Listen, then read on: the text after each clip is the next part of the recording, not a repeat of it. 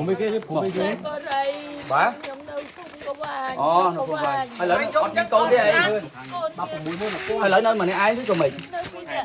nó cái ta dây nó cờ đạp nôm tam đòn ba rồi lấy tôi sẽ chôn tí group rồi ban dương mặc đo thì tăng này nôm mà rã miền bong bongประมาณchia sam sắp mà tôi chia bà đặt nôm đòi bong chi thiên đại chia gái bà bà mặc đo thì tăng đi nôm mà tôi thì luôn tràn mình đến bà chia sam sắp mà tôi ai lấy đi chụp phong tài phơi ấy bong phơi bồn hít bọc rồiเป็นพ่อจนบาดหายการหลุดอมได้กอดไว้จนนายอายุประมาณอายุ63ឆ្នាំហើយមានជំងឺពកក៏អាយុប្រមាណឆ្នាំហើយអាយុតាំងពី40ឆ្នាំbay đạpឆ្នាំហ្នឹងទឹកលូផ្អែមទៀតមកផ្ទៃ លើឈាមទៀតជំងឺបាន100មុខបងប្អូនហើយបងប្អូនមកឃើញហើយនេះគឺជាទស្សនវិជ្ជារួមណាបងប្អូនមិនគេណាបងប្អូនបាទក្រុមម៉ូតូទាំងអស់គឺមានសម្ដានចិត្តល្អសក់រស់ធម៌មែនទែនបាទដោយឃើញម៉ាក់អ៊ំបាទចៃដន្យមែនទែនគឺកាត់តាមបណ្ដោយភ្នំនេះគឺទស្សនវិជ្ជាគឺចៃរំលែកបាទថវិកាបន្តិចបន្តួចបាទយើងចូលរួមចំណាយគ្នាប្រហែលជាចូលយក200000បាទ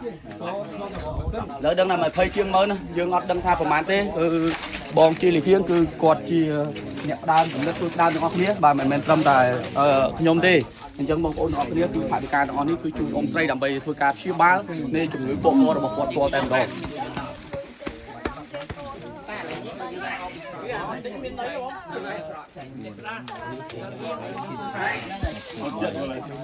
បាទរាប់បាន230000ហើយលុយហ្នឹងគេដែរព្រោះអានោះបានពូវាតាហ្នឹងអ្នកបេះដោះទេយើងលៀបដល់បានទេទីបានចូលយ៉ាងប៉ុនអានេះបាទ24000 5000 24000 ជួនយាយចាំបងមកបងចូលបង